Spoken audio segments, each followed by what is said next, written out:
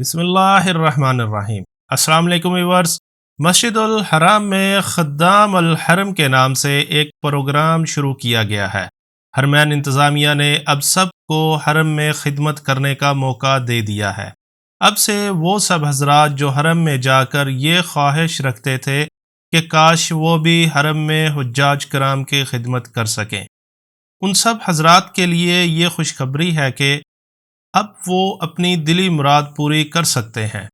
حرمین انتظامیہ نے ضعیف، معذور اور مدد کے محتاج زائرین کی خدمت کرنے کے لیے خدام الحرم یعنی حرم میں خدمت فراہم کرنے کا موقع دے دیا ہے۔ سبق ویب سائٹ کے مطابق حرم مکہ میں ضعیف، معذور اور محتاج زائرین کو مفت خدمات پیش کی جائیں گی۔ تمام خدمات کی فراہمی رضاکارانہ طور پر ہوگی، جس میں ویل چیئر کو دھکا لگانا، مکمل طواف اور سعی کروانا یا کوئی اور خدمت پیش کرنا شامل ہے۔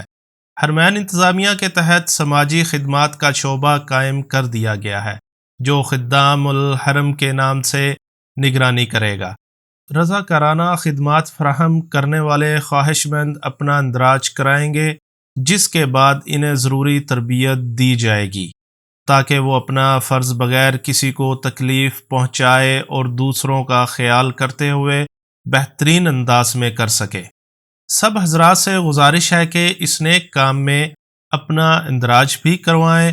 اللہ پاک ہم سب کو نیک عمل کرنے، سننے اور اس پر عمل کرنے کی توفیق عطا فرمائے اور اپنی آخرت سنوارنے میں مددگار ثابت ہو۔